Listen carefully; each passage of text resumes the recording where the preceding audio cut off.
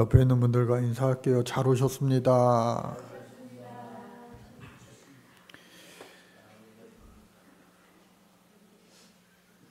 자, 오늘은 또 사도행전을 시작하게 됩니다. 사도행전. 양이 무지 많아요.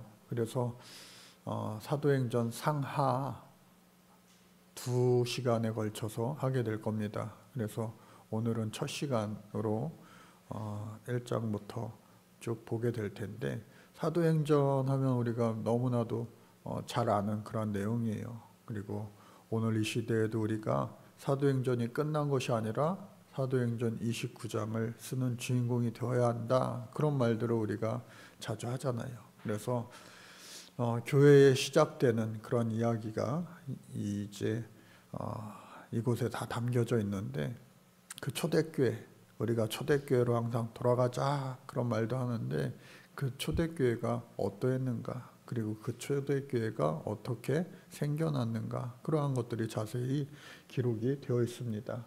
주제는 뭘까요? 시작. 성령이 너희에게 임하시며 너희가 권능을 받고 예루살렘과 온 유대와 사마리아와 땅끝까지 이르러 내 증인이 되리라 라고 하는 귀한 말씀의 주제를 갖고 있습니다. 핵심이죠.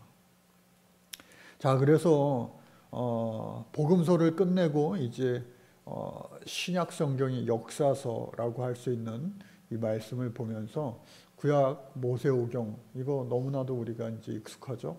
그리고 구약에는 역사서가 12권이 있습니다. 그리고 예언서가 있고요. 그리고 시가서가 있어요. 그래서 언약에 대한, 말씀에 대한 반응, 그리고 경고, 또 고백, 중간기로 넘어옵니다.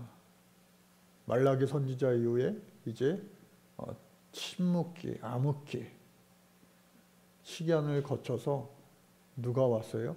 세례 요한이 왔고 이어서 예수님이 오신 거예요. 그래서 복음서 4권이 쓰여졌고, 또 사도행전, 아까 말씀드린 그런 내용들이죠. 그리고 여기에는 서신서가 있습니다. 편지들이에요.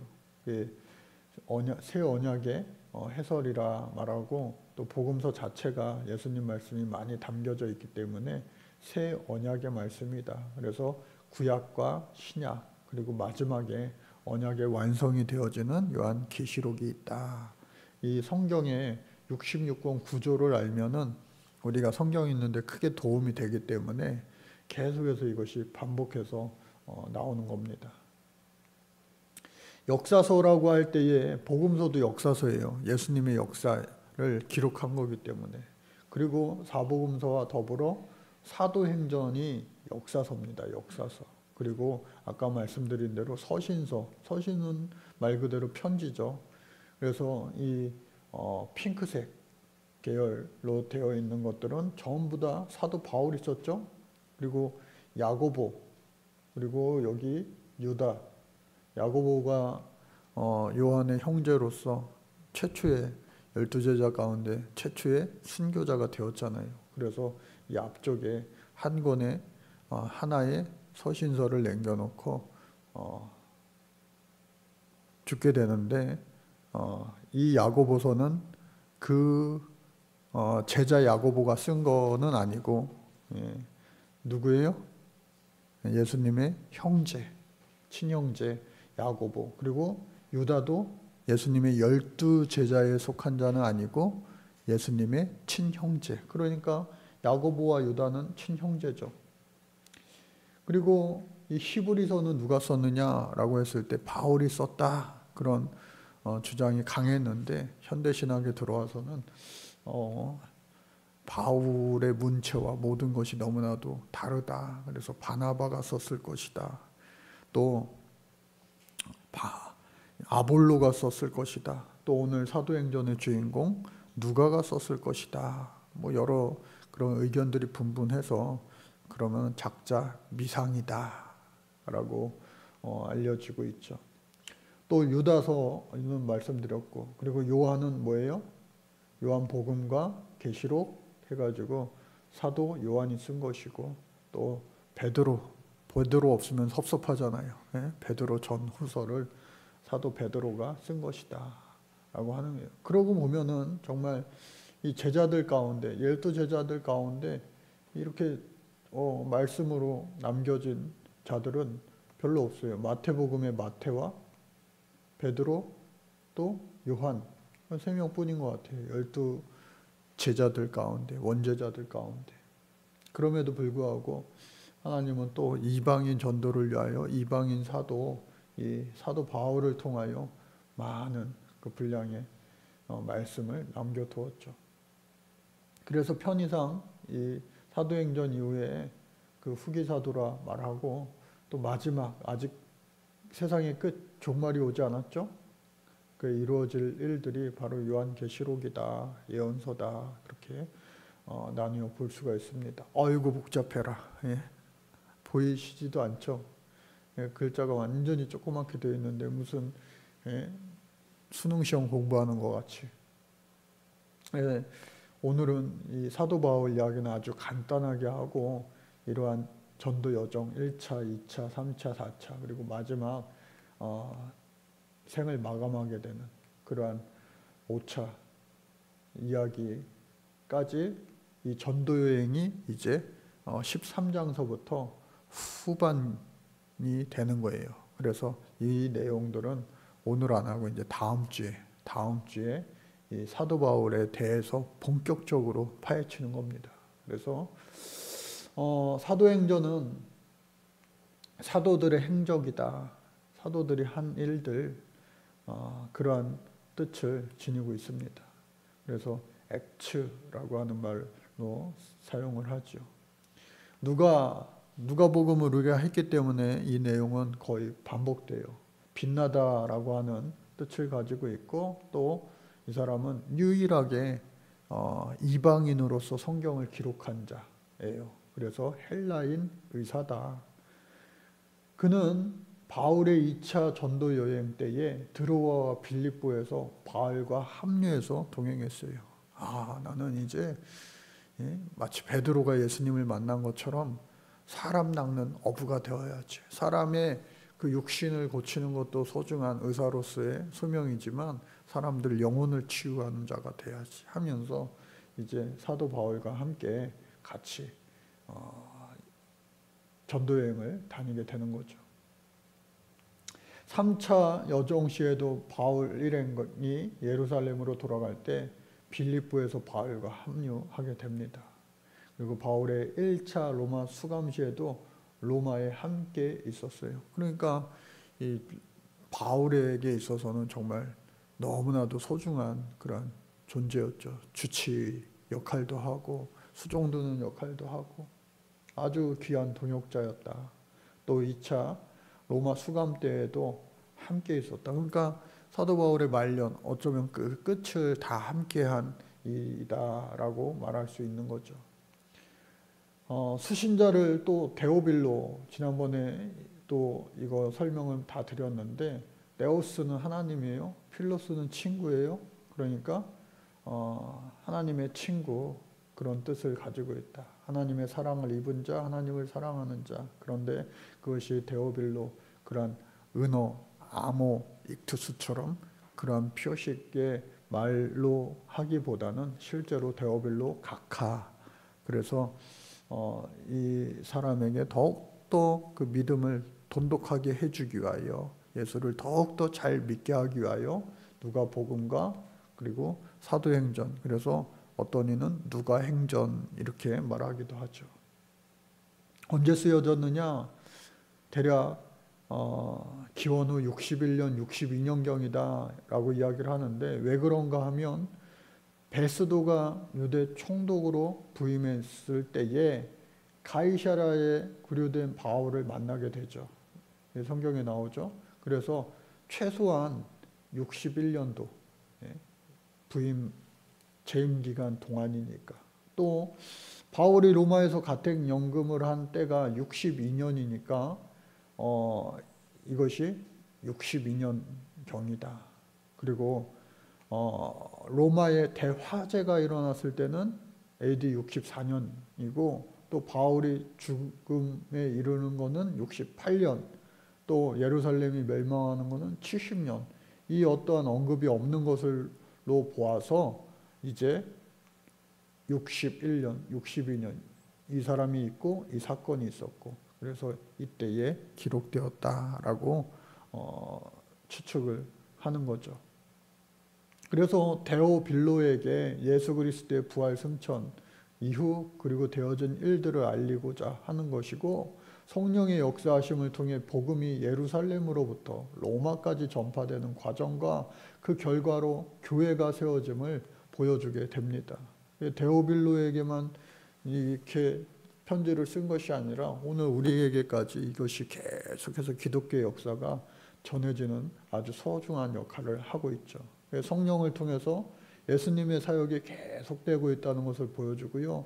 또 그리스도의 역사성과 복음의 진실성을 밝히고자 기록된 것이다 라고 하는 겁니다. 첫 절요 시작. 데오빌로여 내가 먼저 쓴 글에는 무릇 예수께서 행하시며 가르치시기를 시작하심부터 하면서 이제 시작이 되고요. 끝절은요. 하나님의 나라를 전파하며 주 예수 그리스도에 관한 모든 것을 담대하게 거침없이 가르치더라. 그래서 전체를 크게 세 부분으로 나눌 수가 있는데 몇 장까지요? 28장까지 있죠. 그래서 13장을 기준으로 해서 전반부 우리가 오늘 해야 될 거고요. 그리고 13장부터 마지막 28장까지는 후반부 다음 주 이 시간에. 그래서 첫 번째는요. 예루살렘의 증인들이다. 핵심 인물은 누구냐? 유대인을 대상으로 전도했고 또 베드로와 스데반이 주인공이다. 주요 인물이다. 그리고 핵심은 뭐 아까 읽었던 것처럼 장소는요. 예루살렘이었고 약 2년에 걸쳤다. 두 번째는요. 큰 박해. 스데반이 누구예요? 첫 번째 순교자 아니겠어요? 스데반이 죽고 나서 다 떠나는 거예요. 그래서 사마리아에 가서 이제 전도하게 됩니다. 이방인들을 전도하게 됩니다. 그때에 7 집사들이 큰 일을 감당했죠. 스데반은 죽었으니까 이제 6 집사, 또 가룟 유다 대시 mat대야를 뽑았으니 또 7 집사를 충원했을 수도 있고, 그래서 빌립과 사울과 베드로, 유대, 사마리아, 그리고 수리아까지, 그래서 약 16년의 시간이 이야기가 전개가 됩니다. 그리고 마지막 내용은 다음 주. 그래서 첫 번째 이제 하나하나 자세히 살펴보면요. 첫 번째는 승천과 성령 강림이에요. 그래서 성경을 보면은 사도행전에 예수님이 하신 말씀이 있어요. 지상 명령을 비롯하여. 그래서 예루살렘의 증인들 승천과 성령 강림으로부터 이제 시작이 되는데, 처음에 보면은 예수께서 성령을 약속하시다. 오늘 아침에도 공동체 성경 읽기, 어저께도 마찬가지고 성령에 대해서 아주 길게 자세하게 말씀하시면서 내가 가는 것이 너희에게 유익이다. 보혜사 성령을 너희에게 줄 수 있기 때문에. 보혜사라고 하는 것은 영어로 헬퍼, 돕는 분이에요. 돕는 분. 성령은 우리를 도우시는 분이다.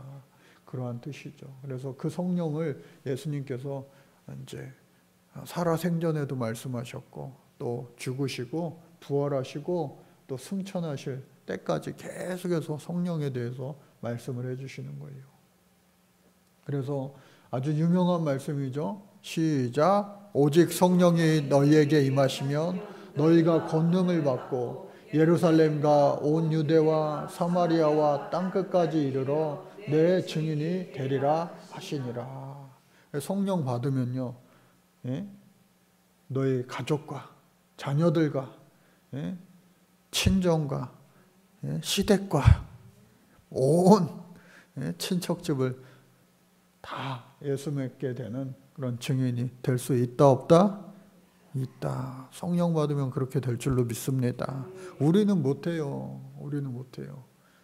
내가 해보려고 한번 해보세요. 턱턱 막히잖아요, 그냥. 근데 하나님이 하시면요, 될 줄로 믿습니다. 나도 되게 하셨는데. 그러니까 하나님의 그 섭리는요, 아무도 알 수 없다라고 하는 거죠.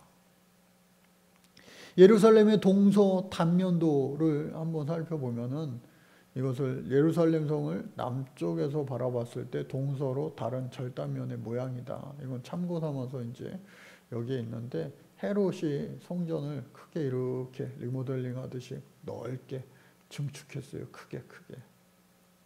그리고 자신의 이 궁전은 여기에 있고요. 또 베다니는 높은 곳에 있습니다. 감람산, 올리브산 그 위에 이렇게 예루살렘 성전이 있다. 참고하시고요. 또 세 번째는 제비 뽑아 마띠아를 얻었다라고 하는 거예요. 우리가 잘 아는 내용이죠. 그들이 유하는 다락방으로 올라가니, 우리는 그 방이 어딘지 말하지 않아도 알아요. 그 다락방은 무슨 다락방이에요? 마가의 다락방. 말하지 않아도 우리 너무나도 유명한 그 다락방이잖아요. 이 사람들이 몰래, 제자들이 몰래 붙잡힐까봐, 붙잡히면 안 되니까 모일 때마다 문을 꽁꽁 걷어 잠그고 창문도 꽁꽁 잠그고 커튼도 아마 당시에 있었으면 막 빛도 안 들어오게. 왜? 붙잡히면 큰일 나니까. 예수님처럼 잡혀가 죽을 수도 있을까 봐. 그런데 그곳에 예수님 2번씩이나 나타나셨잖아요. 그러니까 어떻게 보면 또 도마가 큰일 한 거예요. 처음에 없었으니까 예수님이 2번째 도마를 위해서 나타나신 걸로 하고 생각을 하면은 도마 때문에 한 번 더 본 거예요. 그러니까 다 필요한 거예요. 다 필요한 거예요. 자, 2층 쪽의 그 가옥 구조, 이 다락방이라고 하는 것은 영어로는 upper room 그렇게 되어 있는데, 이 성경을 번역할 당시에 우리나라에는 이 2층 집이라고 하는 것이 생소한 거예요. 없는 거예요. 서양식 구조니까. 다 1층 집이잖아요. 옛날에 기와집, 초가집. 그러니까 이거를 뭐라고 이야기해야 되나라고 했을 때에 번역하는 사람들이 다락방이다. 방 위에 방이 또 있으니까 다락방이다. 근데 우리가 생각하는 그 옛날 시골집의 다락방, 아궁이에서 불 떼가지고 이렇게 올라가는 그 다락방은 사람이 사는 방이 아니고 숨바꼭질할 때 이렇게 숨는, 할아버지가 꽃감 숨겨놓는 그런 다락방이잖아요. 그래서 다락방 하면 되게 좁은 곳이라 생각되지만 실제로는 아주 넓은 곳이었다. 그 아래층에는 이런 짐승들, 가축들을 키우고. 그래서 실제로 이 마가레의 다락방이라 만들어 놓은 건데, 뭐 120명쯤 모였더라 했지만 120명 훨씬 더 많이 들어갈 수 있는 엄청난 공간이다 라고 하는 거죠. 그래서 항상 우리와 함께 다니던 사람 중에 하나를 세워 우리와 더불어 예수께서 부활하심을 증언할 사람이 되게 하리라. 그들이 2사람을 내세우니 하나는 바사바라 하고 별명은 유스도라 하는 요셉이요. 그러니까 요셉이요. 또 하나는 마띠아라. 그러니까 이 말씀을 보더라도요, 하나님의 그 신비는 크고도 놀라워. 왜? 성경에는요, 이 이름 순서가 꽤 중요합니다. 중요한 사람이 먼저 쓰여져요. 예수님의 12제자도 베드로, 야고보, 요한, 이것이 막 순서가 뒤바뀔 때도 있어요. 그래서 이 요셉이 유력한 자예요. 요셉과 마띠아라고 했을 때에 2사람이 중에 요셉이 될 만한 사람이에요. 더. 근데 그 사람은 얼마나 유력하느냐? 이름이요, 바사바라고 하는 이름이 또 있고 또 별명까지 성경에 기록할 정도예요. 유스도라고. 근데 마띠아는 그냥 딸랑 마띠아예요. 그러니까 사람들 생각할 때는 요셉인데, 근데 제비 뽑고 나니까 마띠아였구나. 그러니까 성경은요, 구약 성경서부터 항상 장자보다는 차자를 또 중요시 여기시고, 또 장자가 아닌 차자를 통하여 하나님 크게 쓰임 받게 하시는 그런 경우가 참 많구나. 그러니 저와 여러분들도 우등생입니까? 열등생입니까? 예? 잘났습니까? 못났습니까? 예? 못난 자를 통하여 하나님 일하실 경우가 더 많다는 위로를 갖고 사시면 돼요. 예? 저를 포함해서 우리 모두는. 예? 예? 그래서 예? 그냥 태어날 때부터 막 예? IQ가 막 남들보다 2배, 3배 많아가지고 막 예? 하나를 알면 100을 알고 우리는 하나를 알면 하나를 까먹었잖아요. 예? 잘 까먹잖아요. 근데 그런 자들을 통하여 하나님 일하신다. 그러니까 얼마나 이게 은혜가 되지 않습니까? 더 오히려. 그리고 제비 뽑아 마띠아를 얻습니다. 그래야 제비 뽑아 마띠아를 얻었다. 자, 성령이 임하시다. 성령이 임하시다. 오순절 날의 이름에 그래서 다 같이 한 곳에 모였더니 말 안 해도 우리는 알아요. 마가의 다락방에 모였구나. 하늘로부터 급하고 강한 바람 같은 소리가 있어서 그들이 앉은 온 집에 가득하였다라고 하는 거예요.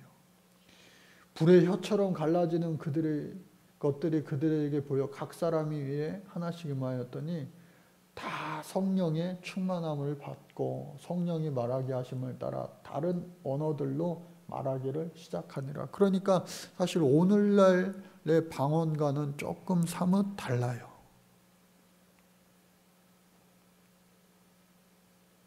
방언을 왜 이렇게 하게 하셨는가? 그 이유가 소상히 기록이 되어 있어요. 그때의 경건한 유대인들이 천하 각국으로부터 와서 예루살렘에 머물렀어요. 6월절이기도 하고 또 오순절. 그러니까 디아스포라 유대인들, 나라가 망하고 나서부터 먼 나라까지 가서 사는 그 사람들이 하나님 앞에 예배하고 제사하기 위하여 예루살렘 성전으로 모였어요. 예루살렘 성전이 70년에 파괴되기 전까지는 성전 중심의 제사 예배였어요. 그런데 그것이 무너지고 나니까 못 모이니까 회당 중심의 이제 강론, 설교하는 걸로 바뀌는 거죠. 그래서 이때에 다 모였는데 이 언어가 다 각각이잖아요. 오래 살다 보니까. 동전도 다 각각. 물론 로마의 통일이 되어 있기 때문에 공식 언어는 로마, 라틴어, 그리고 돈도 로마 돈. 그러니까 그러함에도 불구하고 자기 고유의 나라 그 언어들이 있어요. 그리고 그 사람들이 각각 이야기하는데 그 자기의 방언으로 막 그 사람들에게 말하는 거예요. 그러니까 이 사람들이 이거 뭐 우리나라 말을 하네. 이거는 우리나라 말을 할 줄 아는 사람은 여기 별로 없을 텐데 온갖 외국어들이 난무하고 말이 통하고 그러니까 깜짝 놀란 거예요. 우리 각 사람이 난 곳 방언으로 듣게 되는 것이 어찌 됨이냐. 그러니까 이게 완전히 놀라운 그런 일이 벌어진 거죠. 보세요. 우리는 바데인, 메데인, 엘람인, 메소포타미아, 유대, 갑바도기아, 본도와 아시아, 부르기아와 밤빌리아, 애굽과 구레네에 가까운 리비아, 여러 지방에 사는 사람들과 로마로부터 온 나그네, 곧 유대인과 유대교에 들어온 사람들과 그레데인 아라비안인까지 다 섞여가지고 그 각각의 언어를 다 이야기하면서 하니까 야, 이거 하나님의 놀라운 은혜구나. 하나님의 역사구나. 아니 놀랄 수가 없었다라고 하는 거죠. 보세요. 교통이 발달하지 않은 이 시대에 이렇게 많은 사람들이 예배하기 위하여 여기 예루살렘에 여기 이 조그만한 나라, 조그만한 성읍에 모여들었는데 그들에게 다 이 모든 각각의 언어로 막 방언을 하니 얼마나 깜짝 놀랄 일 아니겠어요? 그때에 베드로가 설교하는 거예요. 그 말을 받은 사람들은 세례를 받으며 성령 받아가지고 그 성령 받고 그 그 방언을 받고 그런 사람들이 세례를 받습니다. 신도의 수가요 3,000이나 더하더라. 그러니까 오늘날에는 세례 받으려면은 교회를 어느 정도 다녀야 되고 또 믿음의 고백을 해야 되고 학습을 받아야 되고 통과를 해야 이제 세례식에 꼭 참석해야 되고, 미국의 모자이크 교회 헐리우드 극장 옆에 바로 초입에 있는 교회를 가보니까요 예배를 드렸어요. 밤늦게 평일이었던 것 같아요. 주일 저녁은 아니었던 것 같아요. 하여튼 거기서 예배를 드리는데 거기에는 헐리우드다 보니까 젊은이들이 많았어요. 그 젊은이들이 많이 모인 교회인데 열심히 있는 청년들도 있고 그냥 친구 따라서 오고, 그리고 헐리우드에 놀러 왔다가 그냥 들어와 본 친구들. 근데 목사님이 콜링을 하는 거예요. 막 복음을 전하면서 예수 믿기 원하는 사람, 예수 믿기 원하는 사람, 과거의 삶은 다 상관없다. 기독교 나라니까 할머니 할아버지들이 옛날에 다 예수 믿었었을 거 아니에요. 아빠 엄마가. 나도 예전에 한 번은 갔었는데. 그러니까 그런 애들이 막 눈물 흘리면서 나와, 예수 믿을 사람 나와, 니네들 오늘 예배 끝나고 세례 받자. 그러면요 사역자들이 그 사람들을 막 데려가 가지고 바깥에 교회 앞에 커다란 그 임시 수영장을 만들어서 물을 채우고 거기서 막 세례를 주는 것을 봤어요. 그래서 그 잠시 잠깐 예배 끝나기 따로 전에 이렇게 교육을 받고 세례 받고, 너무나도 제가 그 인상적이었어요. 그래서 그때나 이때나 이 세례를 통하여서 예수님의 혼인식에 참여하여 예수 그리스도의 신부가 되는 그런 예식, 그 수가 무려 3,000이었더라. 엄청난 숫자죠. 그래서 믿는 사람들이 이제 너무 좋사오니, 여기가 좋사오니 집에를 안 가요. 집에를 안 가.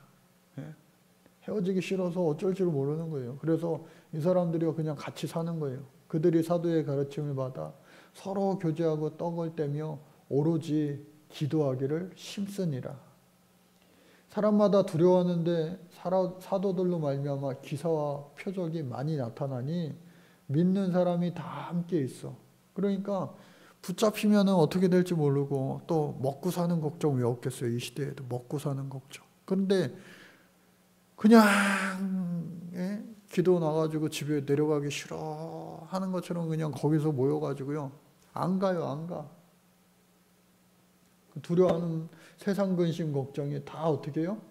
기사와 표적으로 말미암아 사라지고, 그리고 거기 와 있으니까 다 꺼내놓고 같이 먹는 거예요. 그럼 왜 이게 가능했느냐?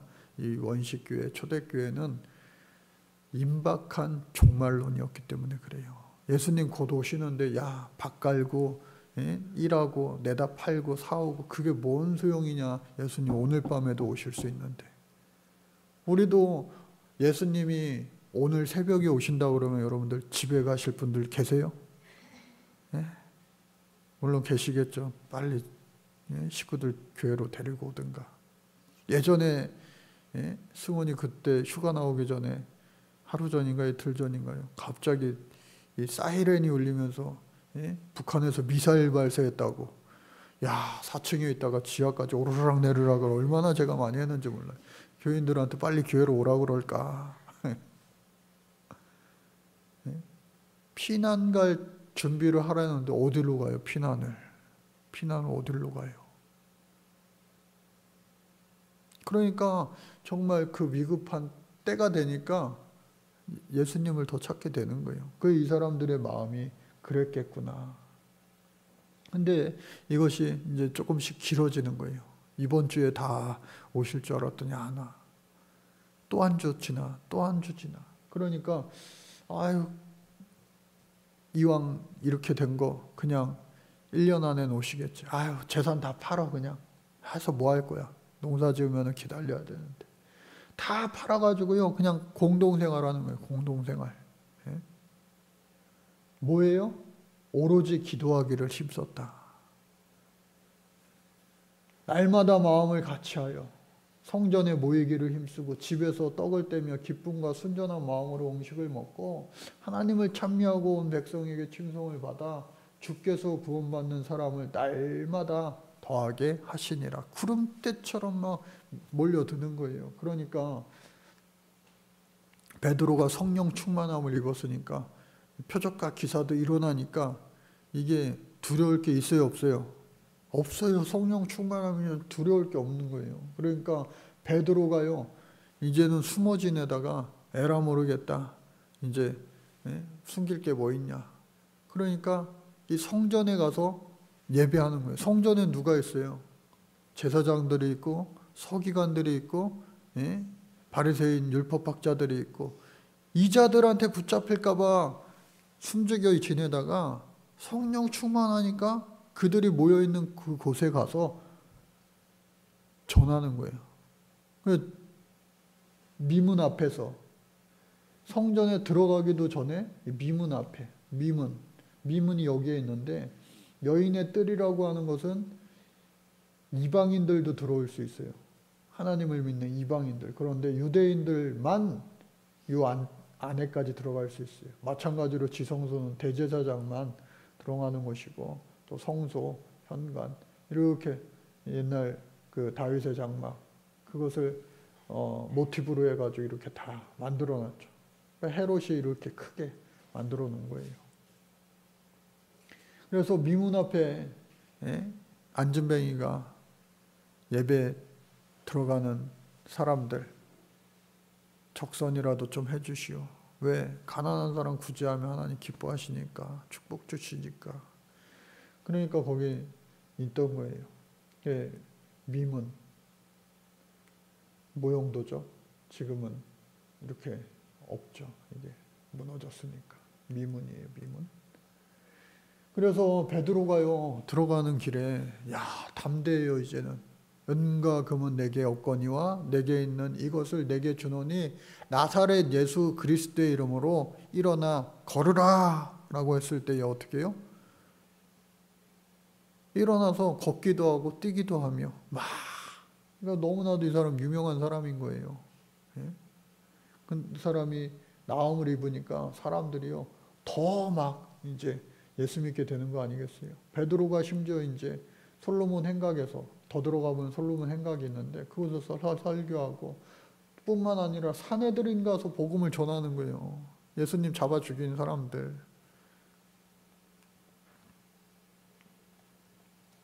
사도들이 백성들에게 말할 때에 제사장과 성전 맡은 자와 사두개인들에 이르러 예수 안에 죽은 자의 부활이 있다고 백성을 가르치고 전함을 싫어하며 왜냐하면 사두개인들은 부활을 싫어해요. 나머지는 괜찮은데 특히 특성이 그들을 잡음의 날이 이미 저물었으므로 이튿날까지 가두어 들었다. 붙잡힌 거죠. 말씀을 들은 사람 중에 믿는 자가 많으니 남자의 수가 약 5천이나 되었더라. 아까는 3천, 지금은 5천. 계속해서 엄청나게 많아지는 거예요. 그러면 그럴수록 예수가 죽으면 끝인 줄 알았건만 이게 끝나지가 않고 오히려 더 많아지네, 큰일이네 하는 거죠. 그래서 기도합니다. 빌기를 다함에 모인 곳이 진동하더니 무리가 다 성령이 충만하여 담대히 하나님의 말씀을 전하니라. 31절만 보면은 이게 내용을 잘 모르는데 아까 29절 30절 추가해달라고 제가 말씀드렸는데 다음에 보면은 첫 번째가 시작 주여 이제도 그들의 위압함을 굽어보시고 또 종들로 하여금 담대히 하나님의 말씀을 전하게 하여 주시오며. 그래서 하나님 앞에 기도했어요. 무슨 기도의 내용이? 두 번째, 손을 내밀어 병을 낫게 하옵시고 표적과 기사가 거룩한 종 예수의 이름으로 이루어지게 하옵소서. 그러니까 담대하게 하나님 말씀을 전하고 또 표적과 기사가 일어나 병도 낫고 모든 것이 다 놀라운 게 행하여질 때에 결국은 어떻게 해요? 모인 것이 진동하여 무리가 다 성령 충만하여 담대히 하나님의 말씀을 전하였다. 그러니까 우리가 전도하러 나갈 때 뜨겁게 통성으로 기도하고 나가는 이유가 뭐예요? 담대함을 얻기 위해서 성령의 충만함을 느끼고 담대하게. 다 저는 목사님 다 하는데요. 전도는 못해요. 제가요. 남들한테 모르는 사람들한테 특히 말 거는 거를 못하는데 전도도 모르는 사람한테 말 거는 거기 때문에 그거 못해요. 기도하고 이 말씀대로 하면은 기도하고 담대함을 얻어 할 수 있게 되는 것이다. 그래서 아나니아 그리고 삽비라의 거짓 증언들이 이제 또 이어지게 되는데 이 사람들이요 같이 먹고 같이 사는 거예요. 그래서 레위 사람 요셉이라는 사람 바나바라고 하는 사람이 있었어요. 바나바. 그 사람이 밭을 팔았어요. 그래서 그것을 드렸어요. 그래 잘했다 잘했다. 그랬더니 아나니아와 삽비라 부부가 더불어 또 소유를 팔았어요. 그 값의 얼마를 감췄어요. 그리고 부부가 다 알아요. 베드로가 성령 충만, 아주 성령 충만한 상태니까 다 아는 거예요. 그냥 꿰뚫어 보는 거예요. 야, 사탄이 네 마음에 가득하여 네가 성령을 속이고 땅값 얼마를 감추었구나. 왜 거짓부렁하냐. 그거 아니잖아요. 그러니까 땅이 그대로 있을 때에는 네 땅이 아니며 판 후에도 내 마음대로 할 수가 없더냐. 어찌하여 이 일을 내 마음에 두었느냐. 사람에게 거짓말한 것 아니요 하나님께로다. 이게 무슨 말이에요? 너보고도 누가 네 밭을 팔아가지고 돈 갖고 오라고 한 적이 없는데 왜 바나바가 그렇게 했다고 사람들한테 너도 칭송받을까봐 그랬냐. 사람들에게 높임받을까봐 인정받을까봐 존경받을까봐 그랬냐. 누가 팔아갖고 돈 갖고 오라고 하지도 않았는데 그렇게 함으로 말미암아 거기까진 좋은데 왜 거짓말을 했냐 이거예요. 절반만 갖고 왔습니다. 우리는 자식이 있어가지고요 10분의 1만 갖고 왔습니다. 한들 누가 뭐라 할 거 아니에요. 안 팔아도 누가 뭐라 안 해요. 근데 자발적으로 그렇게 했음에도 불구하고 그렇게 거짓말을 했느냐. 아나니아가 이 말을 듣고 엎드러져 혼이 떠나니 이 일을 듣는 사람이 다 크게 두려워하니라. 그러니까 이거는요 여기 성경에도 나와 있지만 어찌하여 사탄이 내 마음에 가득하게 하여 내가 성령을 속이고 이게 중요한 거예요. 그러니까 사람이 한 게 아니에요. 사람이. 어쩌고 보면은 이 아나니아도요 불쌍한 거예요. 불쌍한 거예요. 그러니까 우리도 늘 깨어 있으라. 사탄이 내 마음속에 들어가는 순간 가롯누다가 되는 것이고 아나니아가 되는 것이에요. 이들의 이 말로가 얼마나 불행합니까? 부인도 마찬가지예요. 생략되었지만 삽비라도 마찬가지로 그와 같이 혼이 떠나간 거 아니겠어요? 자, 그 이야기에 이어서 이제 사도들의 증언이 이어지게 되는 겁니다. 그들이 옳게 여겨 사도들을 불러들여 채찍질하며 예수의 이름으로 말하는 것을 금하고 놓으니 사도들이 능력을 받게 되는 거예요. 아까도 말씀드린 것처럼 수가 더해지니까 예수 죽으면 끝날 줄 알았는데 예수가 다시 부활했다고 하질 않나. 왜 이들에게는 안 나타나셨습니까? 그리고 또 막 천하만국에 그 방언을 해대고 거기에 또 사람들이 표적과 기사도 일어나고 감화 감동되어서 예수 믿겠다고 다 세례의식을 받고 하니 이거 끝난 게 아닌 거예요. 그러니까 그 사도들을 이제 잡아야 되겠다 했는데 죽이진 못해요. 왜? 죽일 권한은 빌라도에게만 있는 거예요. 총독에게만. 근데 예수도 어렵게 죽였는데 이 제자들 수하들까지 빌라도에게 데리고 가기에는 자기네도요, 이 면이 안 서는 거예요.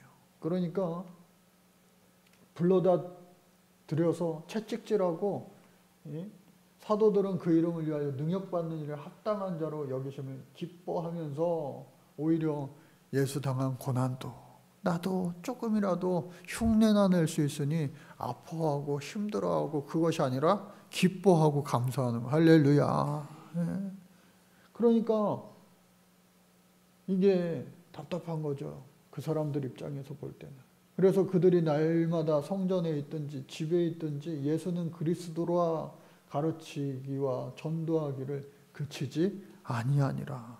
그러면은 이 기독교의 이 역사는요, 피박하면 피박할수록 더 부흥하는 게 그 2000년 기독교의 역사예요. 북한에도요, 우리가 몰라서 그렇지 통일되는 순간 우리 나라 사람들이 부끄러워할 만한 믿음의 그 순교의 집안들이 엄청나게 많을 거예요. 엄청나게. 왜? 기독교는요, 핍박의 종교예요, 원래. 밟으면 밟을수록 더 커지는 종교. 그런데 기독교의 타락은 어디서부터 나타나느냐? 잘 먹고 잘 살 때. 오히려.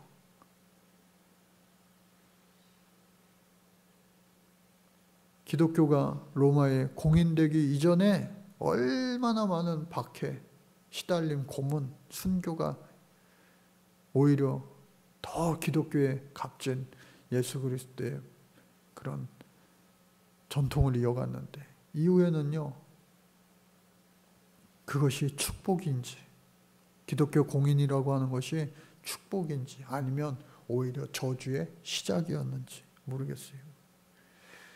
그게 역사죠. 기독교의 역사. 그래서 7 집사 일꾼을 세우게 되는데, 이것은 우리가 잘 알죠. 7사람, 7 집사 이야기. 그때의 제자가 더 많아졌는데 예수 믿는 사람들이 더 많아졌다는 거예요. 그 중에는요, 부자들도 있고 가난한 사람들도 있고, 특히 가난한 사람들이 더 많았을 거예요. 왜? 먹여주고 재워주니까. 그래, 유대인들만 있는 것이 아니라 헬라파 유대인들은 뭐냐? 이방인들, 피가 섞인 사람들, 그리고 아예 피가 완전히 다른 사람들, 그 사람들이 이제 다 예수 믿게 되었는데, 그 사람들, 예수 믿는 사람들도 그렇고 예수 안 믿는 사람들에게도 이제 구제봉사를 하는 거예요. 우리처럼. 우리처럼. 그러니까 구제봉사를 할 때에 이 히브리파 사람들을 원망합니다. 우리 교회도 그러면 돼야 안 돼요. 근데 참 그게 쉽지 않아요. 아는 사람 떡 하나 더 줘요. 아는 사람 떡 하나 더 줘. 팔이 안으로 굽어요? 바깥으로 굽어요? 안으로 굽는다고 속담이 있는데 진짜 이게 안으로 굽는 거예요. 저부터가 그러죠. 저부터가. 어디 연합행사 가고 그러면 우리 교인 챙겨요? 아니면 딴 교인 챙겨요? 하다 보면 우리 교인 챙기고 있어요. 저도 하다 보면. 학생들도 어디를 가도 또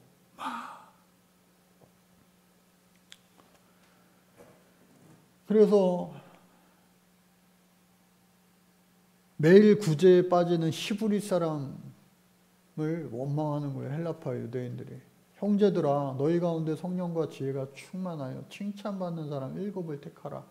그 일을 맡기겠다. 그래서 사도들 12 제자들이 그 일을 설교도 하고 사역도 하고 그 구제봉사하는 일까지 다 도맡아서 했는데, 이 일을 이제 분담하고 맡기는 거죠.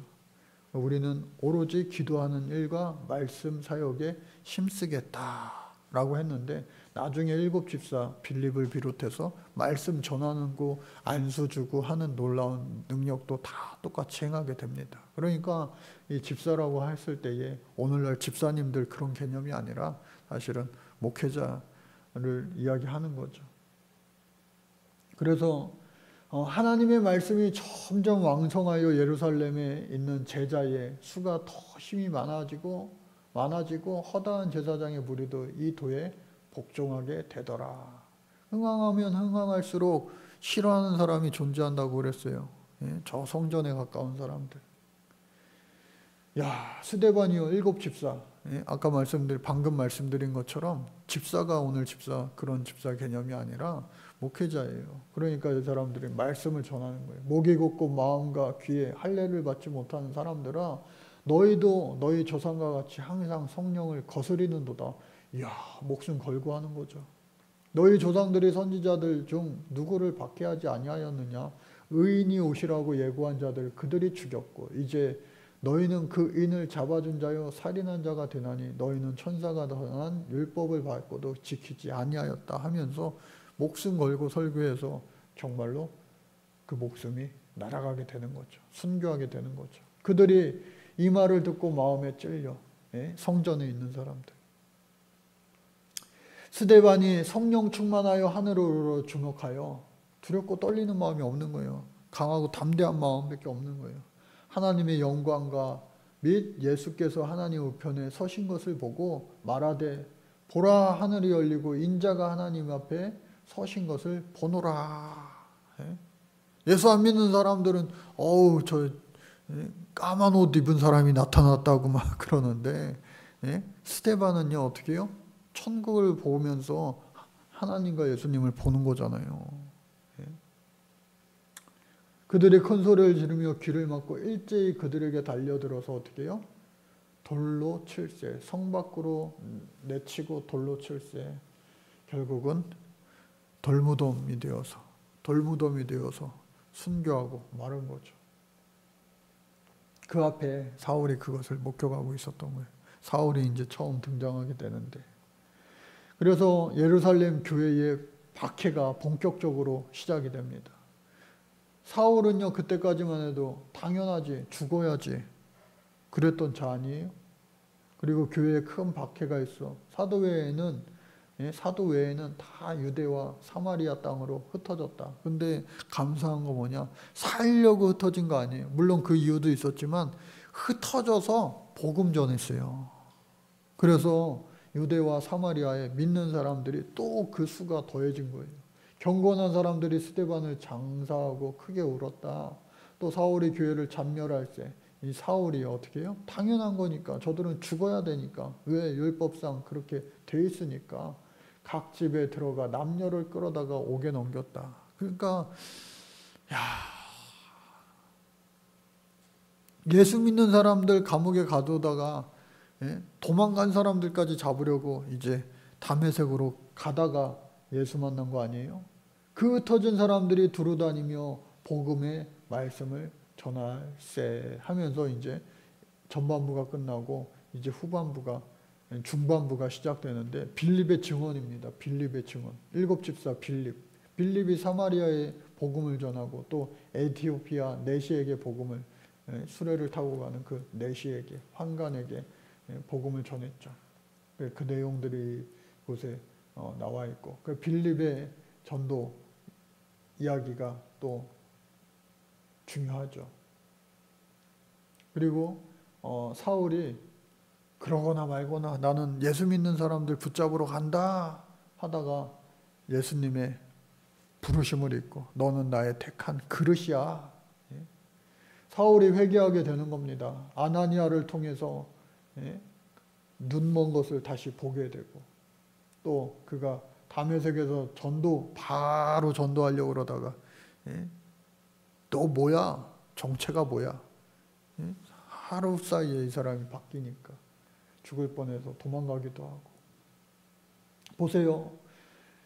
주의 제자들에 대하여 여전히 위협과 살기가 등등하여 대제사장이 가서 공문을 받아서 내가 체포영장 발부받아서 다 체포해 오겠습니다. 그런 그였어요. 그러니까 사람이요 성령 충만함을 받으니까 180도 바뀌잖아요. 그러니까 예수 믿는 사람들도 저거 못 믿겠어. 저거 가짜 아니야? 뿌락자 아니야? 간첩 아니야? 그래서 그 스데반 순교 이후에 바울의 여정이 이렇게 되는데 다메섹으로 가는 도중에 사울을 이 예수님을 만나요.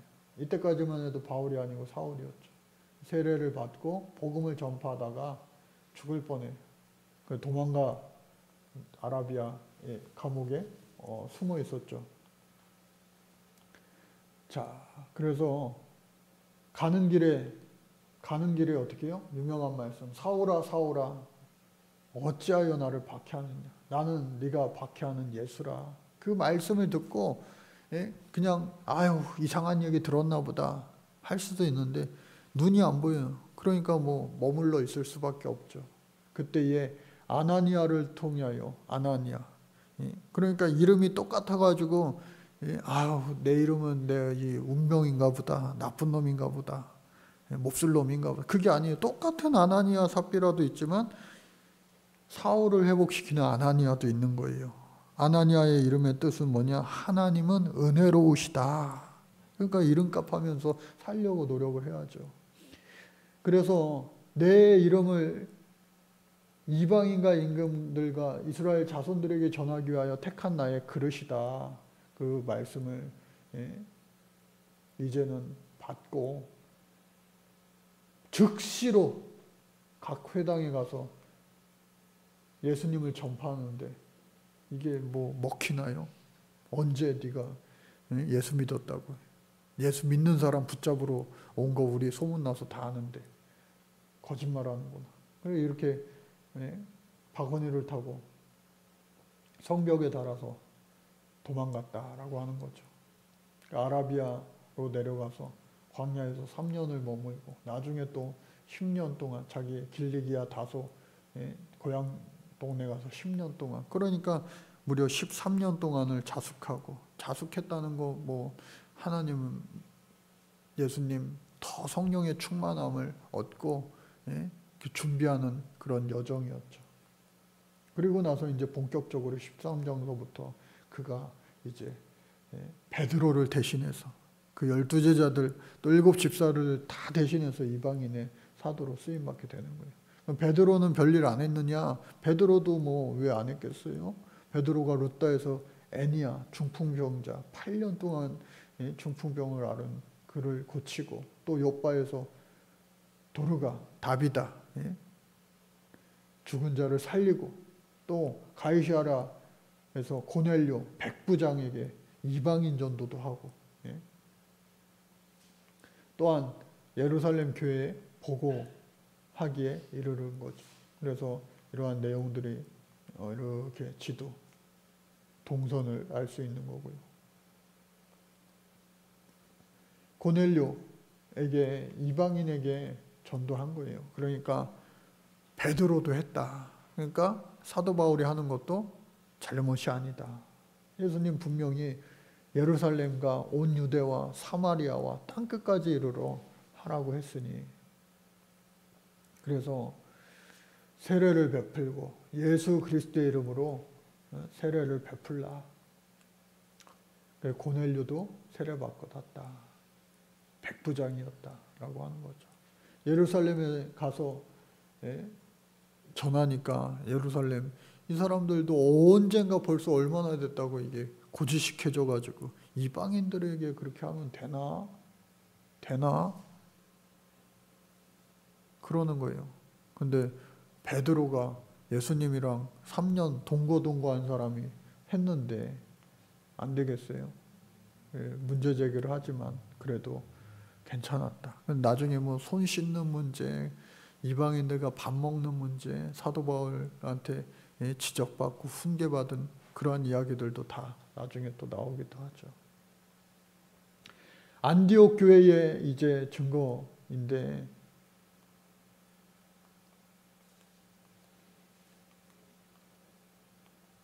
다음 넘겨주실래요?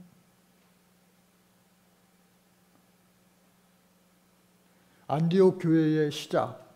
그래서 안디옥 교회, 이방인 교회가 드디어 이제 시작이 되는 거예요. 다 도망갔잖아요. 그곳에서 전도하고 부흥하여서 교회가 이제 형성이 된 거예요. 안디옥 교회의 시작과 또 오히려 이제 안디옥 교회에서 당시에 대흉년 아가보가 그것을 예언하게 되죠.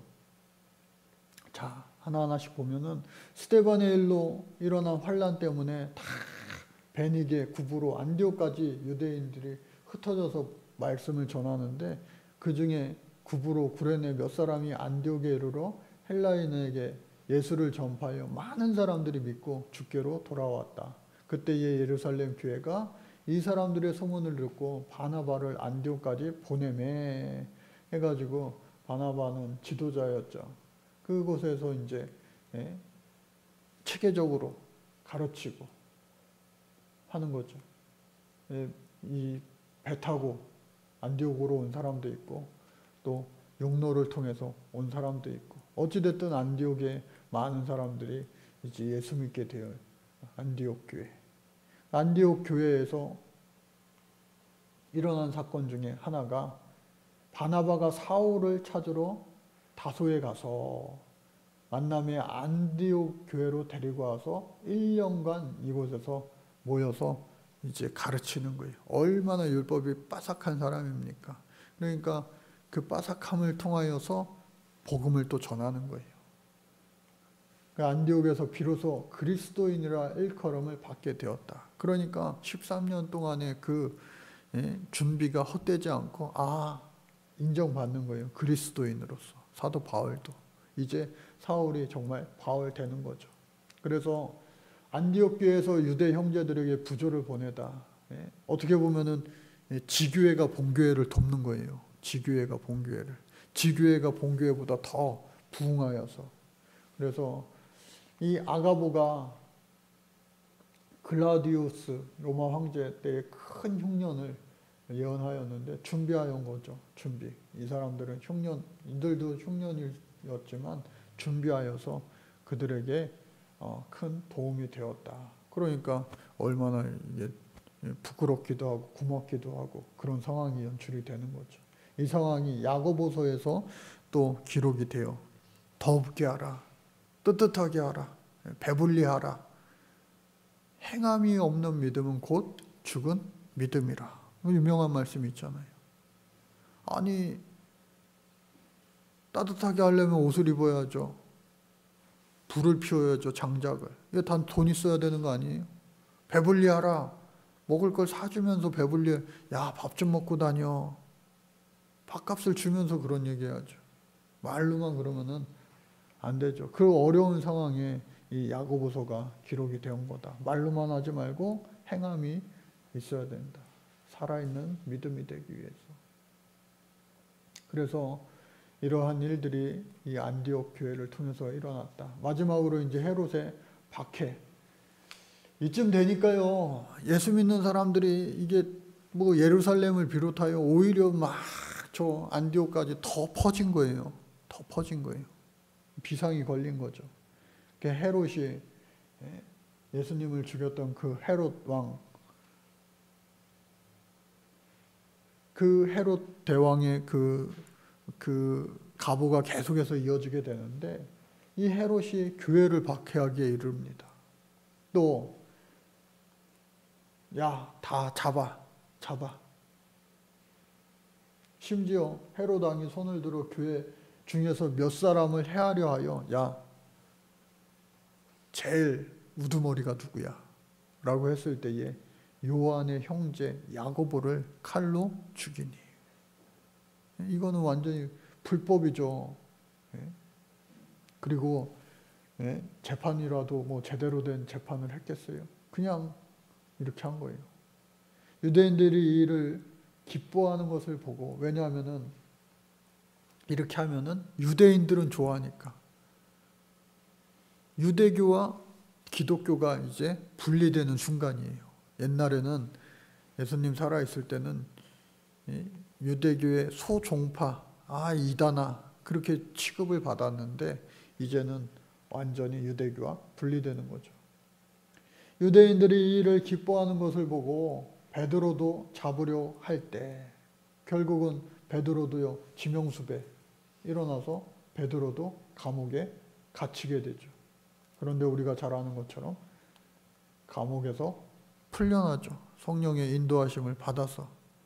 그래, 예, 이 베드로를 위해서 기도하고 있는 그 집에 찾아가니까 베드로야 나야 왔다 그러니까 깜짝 놀래고. 그래서 사도 바울도 감옥에서 풀려나 간수를 구원시키고 세례를 주고 하는 역사도 있었죠. 베드로도 다 사울이 했던 일들도 많이 했다. 하나님의 말씀은 더욱더 흥황하여지고 또 마가라고 하는 요한을 데리고 바나바와 이제 사울이 아직까지는 사울인데 이제 출발하는 순간 바울이죠. 헬라인들에게 해야 되니까 사울은 유대식 이름, 바울은 헬라식 이름. 그래서 1차 여행을 예고하게 되는 겁니다. 하나님께서 이 교회를 박해하는 헤롯을 가만뒀을까요? 아니에요. 벌레가 다 죽게 있잖아요. 그러니까 오늘날로 해석하면은 이 바이러스가 침투해서 내장에 복통을 일으켜서 엄청난 그런 병으로 죽게 했다. 그렇게 해석이 되는 거죠. 그래서 이 마지막 이야기들이 바울의 이야기 잠깐 그리고 바나바가 더 앞서죠. 이때까지만 해도 또 실라와 디모데, 누가 이런 이들이 이제 일을 하게 되고 이제 3차 여행, 1차, 2차, 3차 여행 그리고 4차, 5차 여정이라고도 붙일 수가 있는데 이제 사도 바울이 사도행전의 주인공이 되어서 13장서부터 이제 끝장까지 이제 다음 주 이 시간에 보게 될 것입니다. 그래서 여러분들 오늘 이 1장서부터 12장에 이르는 그 말씀, 아하, 끝난 게 아닌구나. 끝날 줄 알았지만 예수의 역사는, 그리스도의 역사는 끝이 아니다. 오늘 이 시대에도요, 여러분 염려가 많이 되죠. 이러다가 정말 한국교회 어떡하나, 대한민국 교회, 우리 조국 교회가 이거 어떻게 해야 되나, 다시 예전처럼 60년대, 70년대, 80년대 그 엄청난 대부흥이 다시 우리 한국에, 대한민국에 있을 수 있을까?